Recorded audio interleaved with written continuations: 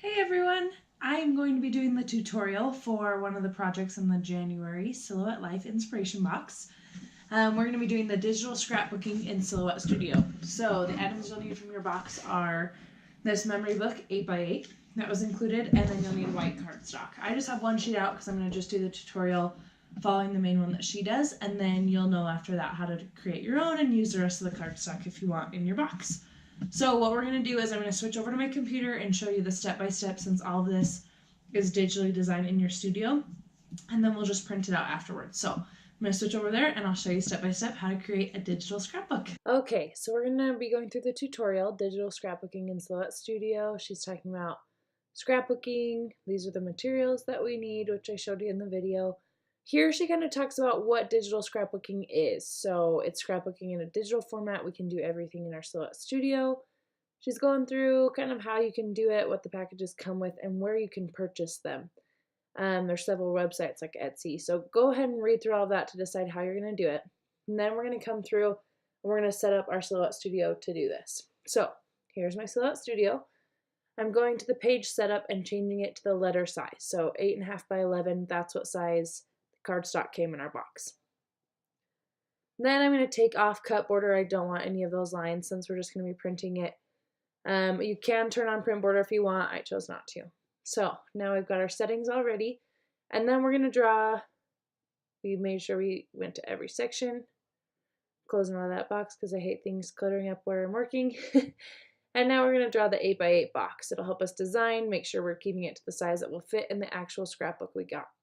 So I went over to the left, drew a square. I like to just close out of it and then edit the size.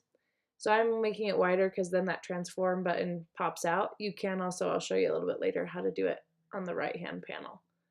So I'm making the 8x8 box. That will tell me how big my designs need to be. All right, I'm still getting used to my iMac mouse, so that's why I'm moving it all around. So here's the panel as well, where you can go in and you can change that size without having to make your screen bigger like I did before, and you'll just click apply. So that's the transform. So now this is where she gets her scrapbook layout. So I'm going to go to this website as well. And they have a lot, but I'm just going to do the one that she did. So that way you can see exactly what she's talking about, the same designs. I scrolled through their other ones though, and they have some really pretty ones. So then proceed to checkout. And you need to put in your information on that left-hand side. So let's go ahead. I'm going to go ahead and enter that. I'm trying to play my mouse.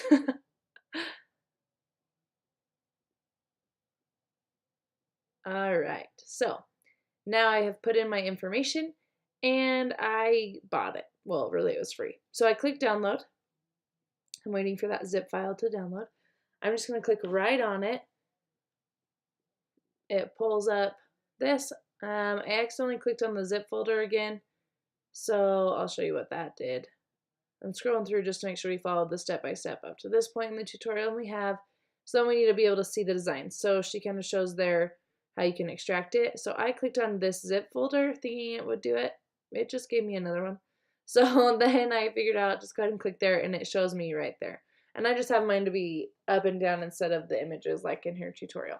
So here's some little tips and tricks I'll show you. So since I pulled that design and this one into my 8x8 square, it went ahead and fit the design to 8x8, and we do not want that. So I'm going to go backwards, and I'm going to move that box off my screen. I'm going to go back, and then it'll be the size that it was designed in that scrapbooking layout. So I'm going to pull over all the ones that I want. A couple flowers. And we're just going to get all of them ready to go ahead and set up our layout. So here's another trick. When you put on the scrapbook paper like this, it was super big. So I'm moving on to some of the other ones and then I'll show you because I wanted to have everything else ready before I tried to figure that out. That's kind of how I solve problems. Do everything that I'm good at and then go back and fix it. So here's another one. I tried to put the ribbon over a design and it tried to match it to that size. So I'm scrolling left to give myself more room to get all of these images onto my studio without trying to convert to the same size as the one before. So I'm almost done. Got this one. And now this is the the main page that showed like what the layout for them looked like. So I'm going to keep this here as inspiration as well so I can see kind of what they did and then decide how I want to do it. So now, back to the paper. So it came on, oh, and there it tried to match to the size of the design layout. So I'm going to go backwards again. And I'm going to move over so I have more room. Bring the paper on. And it's huge. So then I'm going to go to the transform panel. Back up here. And I'm going to change the size. So it was because it was set to 50 by 50, I'm setting it to 8 by 8. So now I have the 8 by 8 sheet of paper like I want it. And then I'm going to click out of that and go back. I thought I was done, but I decided to do another paper. So I pulled it onto the one before. So be careful when you're working in your studio. It'll be easier if you maximize your screen. I just wanted to see you guys to see how I was pulling things. So now it's huge. Back to the transform panel. 8 by 8. Apply. Okay, so now I have everything that I want. So I'm going to close out of that. I'm looking at the tutorial. Okay, we're up to date on everything that she just did. I used the drag and drop method. And then now you just go ahead and work on your layout. So I'm going to let you see how I do mine, talk you through it so that you can kind of see exactly each step. I'm not a huge scrapbooker, so no judgment on what my layout ends up looking like. So I took it down to where she had finished it. I'm going to go back over here. And now we can go ahead and make my page. So I'm going to get it organized a little bit. And I'm going to move everything off of my 8.5 by 11. I'm a little bit OCD and those are bothering me. So now I've got everything out of the way. I moved that box back on. I'm moving the design over to the right hand side so I can see it, kind of get some inspiration if I want it. Going back to get my paper, dragging that on. So I want the blue map to be my base. I'm pulling that over. Okay, so then I realized I set the paper to be 8 by 8 and my box is 8 by 8. So there's not really a need to have both of those. So I'm just deleting that red box and I'm just going to use that paper as my standing point to fit into my scrapbook. So I'm going to go to transform because I don't want this one to be 8 by 8. Otherwise you'd only be able to see one. So I'm going to test out a couple different sizes and put 4 by 4. See what I think of that. That looks a little too small for what I want it to be. And so I'm going to go back up here to transform and maybe do 6 by 6 and see what I think. Okay, yep, that looks way better to my eyes for what I want it to be. So now the fun part, or the stressful part for me, is figuring out which of these embellishments and things I want to have on my scrapbook page. What's nice too is I can always add more if I want like a real 3D factor later, but for now I'm just going to do it solely digitally so you can see kind of your possibilities. So I'm looking over here to see how she put the suitcase on her design, where she put this. So as you're seeing, I'm trying to move it over and it's not letting me do it in front, so you just have to click bring to front. I'm going to use transform a lot and change the size of this ribbon. One thing to realize though is that you want that to be locked. So as you can see, I didn't have it locked and it would have gone really weird. So I'm just going to go ahead and click off it, click on it, click the lock sign, and then set it to 8 inches wide. That will set my ribbon to be exactly where I want it, size-wise. Okay, so I keep doing that. I keep trying to pull a design on, but you have to set it to be in front.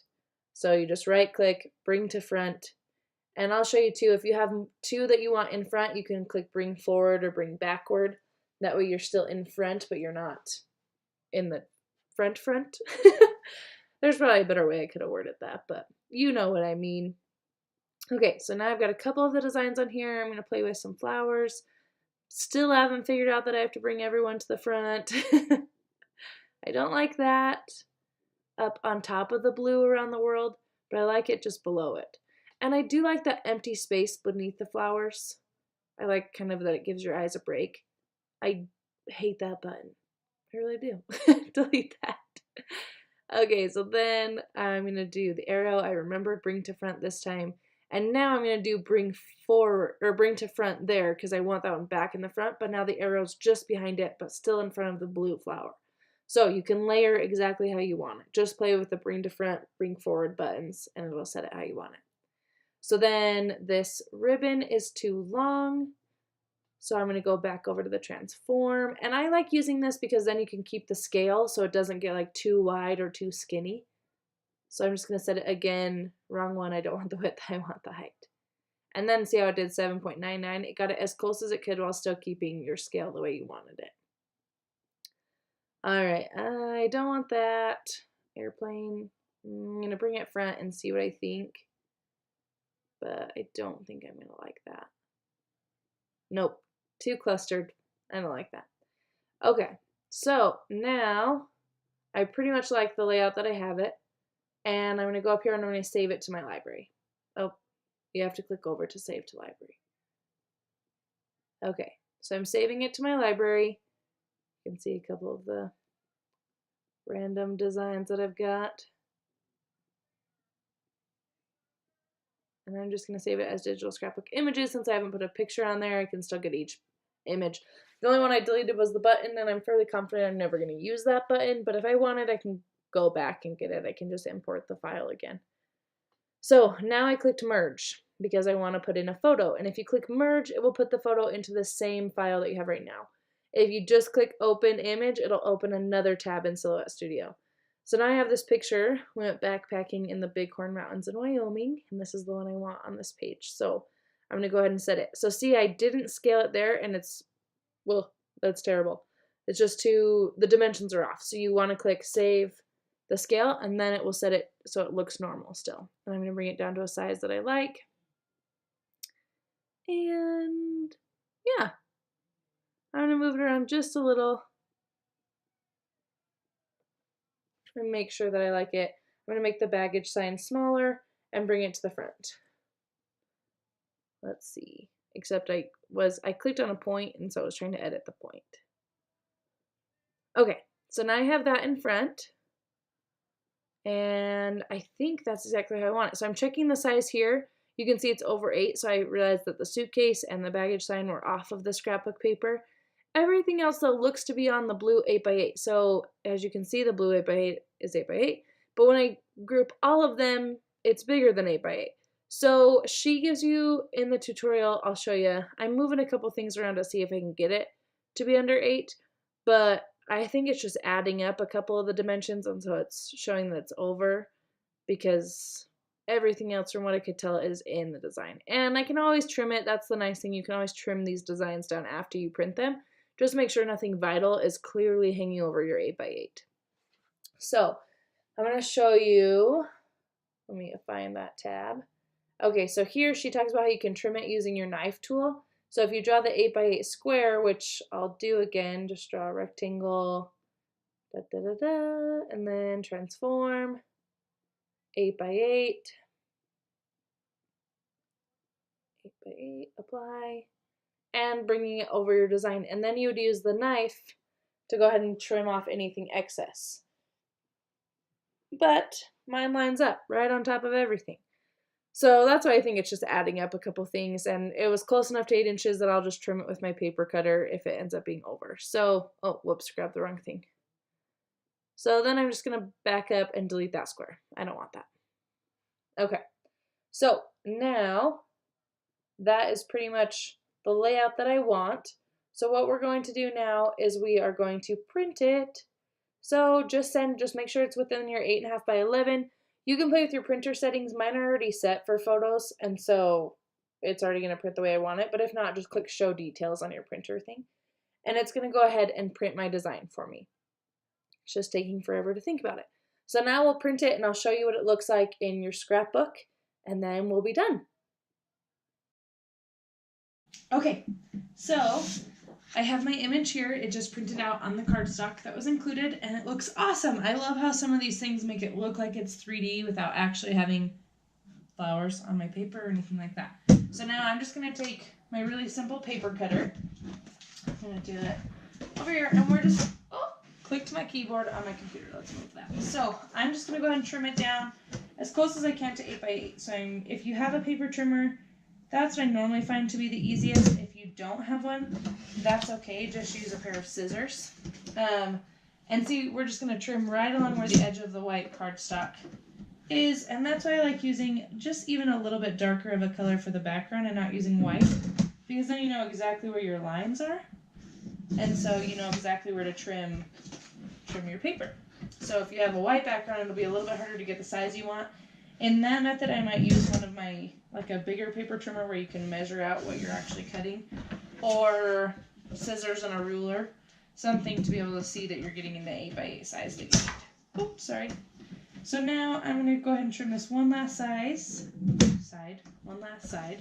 Sometimes I struggle talking, and if it has a hard time cutting the cardstock, just lift up your blade and put it on top of it, and then start to cut. Mine has a hard time trying to go from no cardstock to cutting cardstock sometimes. Okay, so then I have my design trimmed out. I have my scrapbook. I left the plastic cover on. I just know it's probably going to be sitting in a drawer until I fully finish it, and I don't want like the fabric on it to be messed up. So